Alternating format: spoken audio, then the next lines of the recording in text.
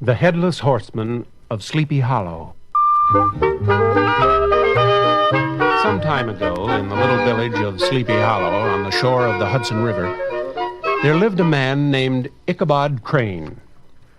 He was a long, thin, not very handsome, always very hungry man who taught in the little one-room school in the village. Ichabod had very little money and no home of his own, so he stayed for a week at a time at the homes of each of his pupils. In return for doing some chores and being generally helpful around the house, Ichabod would be given his bed and board, which was really a great deal, as he dearly loved to eat. The part of Ichabod's life that he liked best was visiting the families of Sleepy Hollow. As the schoolmaster, he was always welcomed with great respect and some tasty little snack. He would sit for hours telling the scary stories he loved so much. The place Ichabod visited most often was the home of Katrina Van Tassel, a very rich and very beautiful young girl, whose mother was a very good cook. Seated comfortably in the Van Tassel's cozy kitchen, Ichabod would eat and talk, and eat some more. Katrina loved to listen to his stories, and so it isn't very surprising that Ichabod visited the Van Tassel house more than any other house in Sleepy Hollow. And the more he visited, the more he yearned to marry the lovely Katrina. Ichabod Crane had a rival for Katrina's attentions in the person of a very handsome, very strong, very wild young man named Brom Bones. Brom had a horse called Daredevil, and he and his horse would ride through the countryside as fast as they could. They would jump the highest fences and leap over the widest streams and go down the steepest hills, and every ride that Brom took would, somehow, lead him to Katrina Van Tassel's house.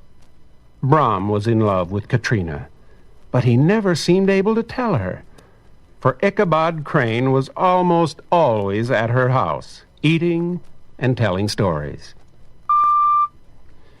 One autumn evening, the Van Tassels invited everyone in Sleepy Hollow to a party.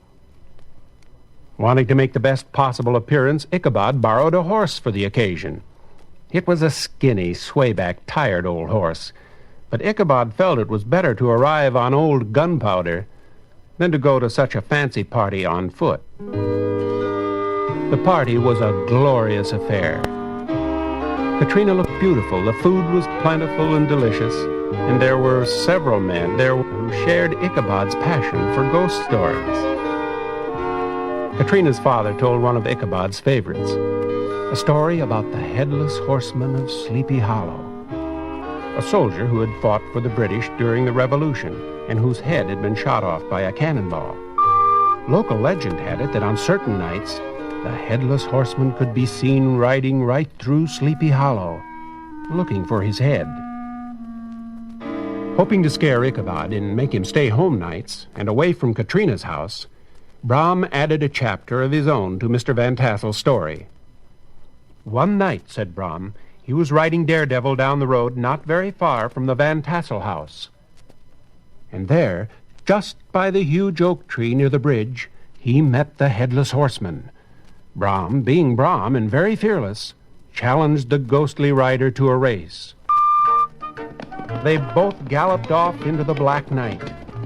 Brom's horse was neck and neck with the horseman's mount, and said Brom, he would have beaten him if the Headless Horseman hadn't suddenly turned, leaped over a fence, and disappeared into a graveyard.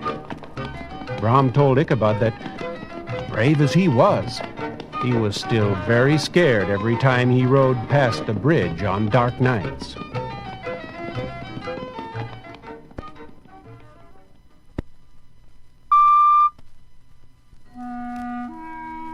Ichabod wasn't impressed. He wanted to know why it was that, of all people who lived in Sleepy Hollow, Brom Bones was the only one who had ever seen the Headless Horseman. Brom was very annoyed. He sat and stared thoughtfully at Ichabod Crane, while Ichabod talked and ate and smiled at Katrina Van Tassel.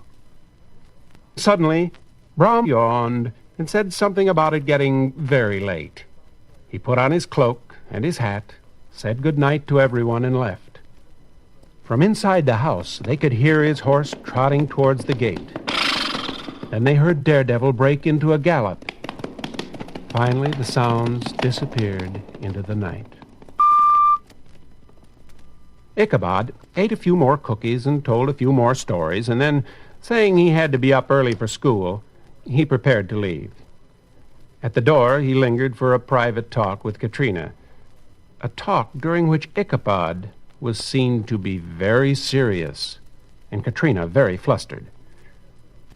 No one knew what they said to each other, but Ichabod left the house in a hurry, looking very upset.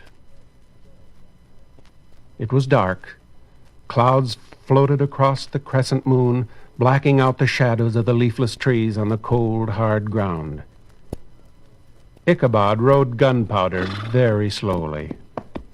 He was thinking about Katrina, and he wasn't paying any attention to anything else. Suddenly, in the distance, he heard the sound of a galloping horse. Turning, Ichabod saw the figure of a man on a horse, a man dressed in a long, flowing cloak. As the horse and rider galloped from the moonlight to the shadows, Ichabod could see that the rider had no head.